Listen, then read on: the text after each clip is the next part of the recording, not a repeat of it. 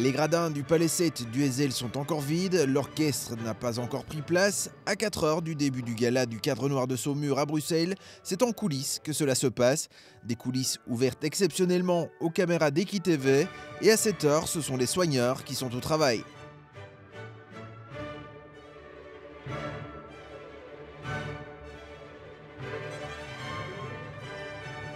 Lors des déplacements, notre travail consiste déjà toute la préparation avant, c'est-à-dire à Saumur, l'entretien des chevaux, l'entretien du matériel, la préparation des camions, tout le logistique qu'il faut prévoir de façon à ne rien manquer lorsque l'on est parti sur la route ou éventuellement en avion, en train, enfin pas en train, non, mais sur ton avion, alors là c'est le pire de tout, il ne faut surtout pas oublier quoi que ce soit. On a plus de 30 chevaux qui se déplacent lors des galas à l'extérieur de Saumur. C'est le cas ici à Bruxelles. Nous avons bien sûr tout le matériel qui va avec, les harnachements, les tenues. Ça fait véritablement, quand on se déplace, un convoi. On a plus que 5 camions de chevaux, de matériel à emmener, plus le transport des personnels.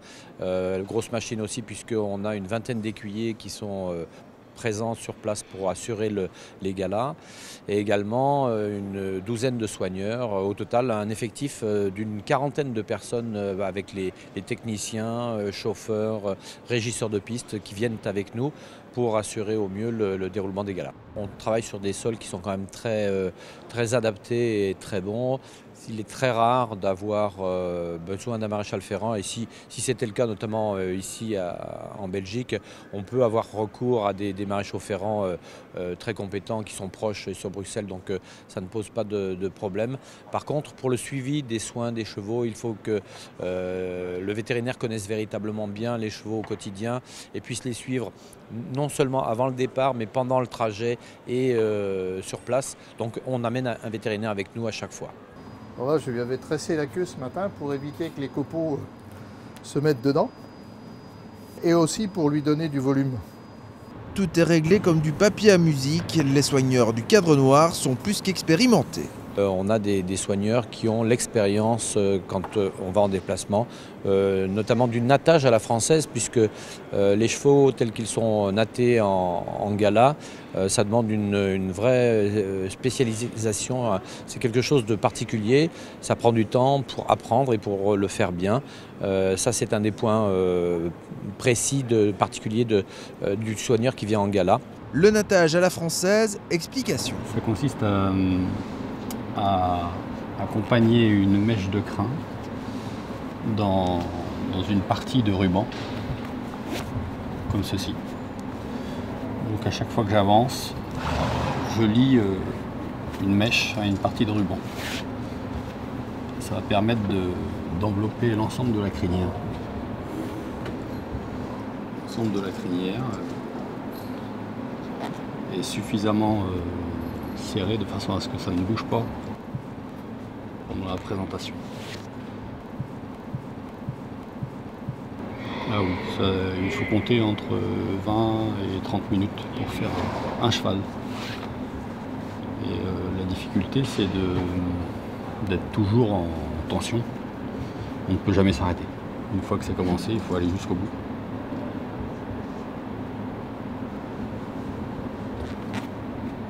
Lors des présentations de gala, on le fait à chaque fois.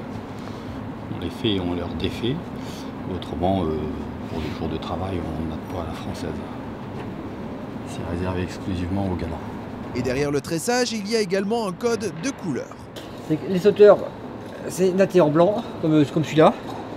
Autrement, vous avez les manèges qui sont de l'autre côté ou en face là.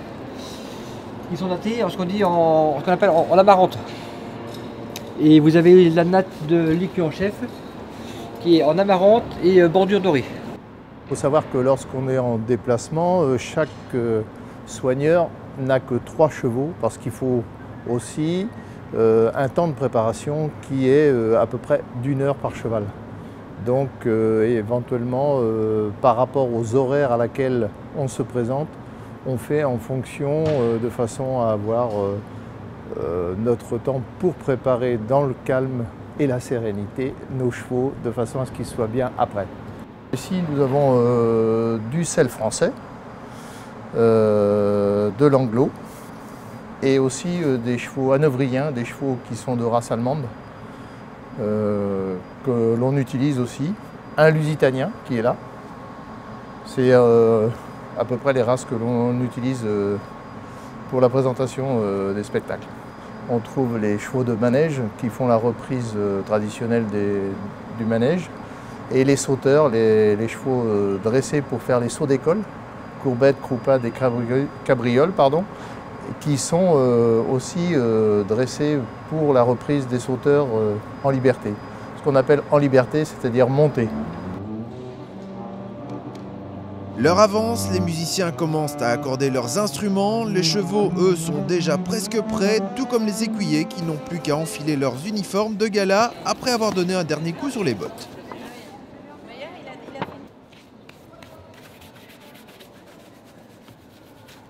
La botte,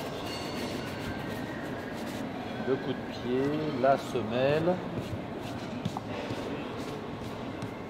Ça brille. Ça va. Non seulement la technique doit briller, mais aussi les bottes, les cuivres.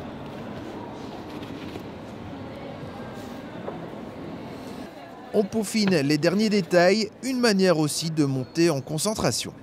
On est encore relax, enfin, la concentration va avec la relaxation.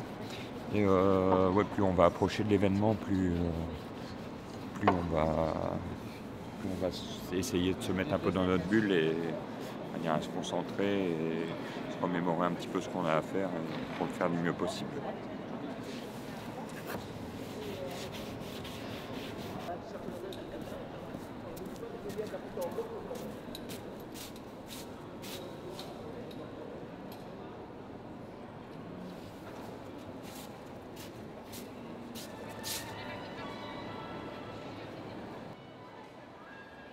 Le public arrive et le paddock s'active, juste un échauffement pour les chevaux et les écuyers. Tous les gestes sont acquis depuis longtemps, plus besoin de répéter. Mais tout est fait à la préparation en fait. Lorsque le rideau s'ouvre et que le cheval ou les chevaux rentrent en piste avec les écuyers, 80% du résultat est fait en coulisses, peut-être même plus, 90%. Et il y a juste quelques pourcents qui, en fonction de l'environnement du public, de la musique, des lumières, peuvent fluctuer. Mais oui, effectivement, 80% du travail est fait en coulisses. Merde, c'est parti.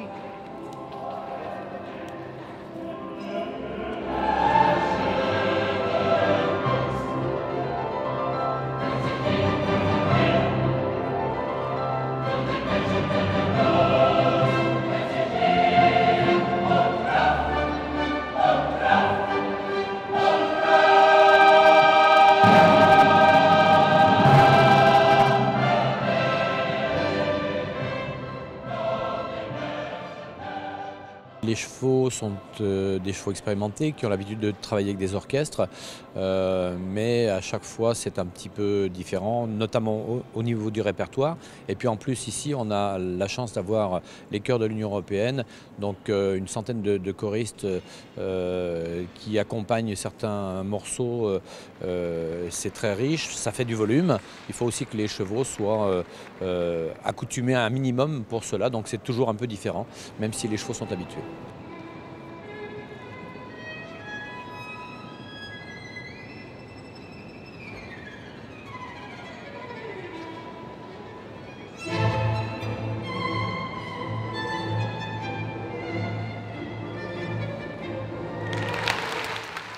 Mais le Cadre Noir est la seule formation équestre au monde qui présente les airs relevés saut d'école en reprise collectivement. Aucune autre école européenne dont ne font cela. Les autres écoles font également des aires relevées saut d'école, mais individuellement. Et donc nous sommes les seuls au monde à faire des reprises de sauteurs, soit à la main, soit montées, avec la difficulté en plus de la réalisation des mouvements ensemble et non plus individuellement, ce qui ajoute une contrainte supplémentaire importante.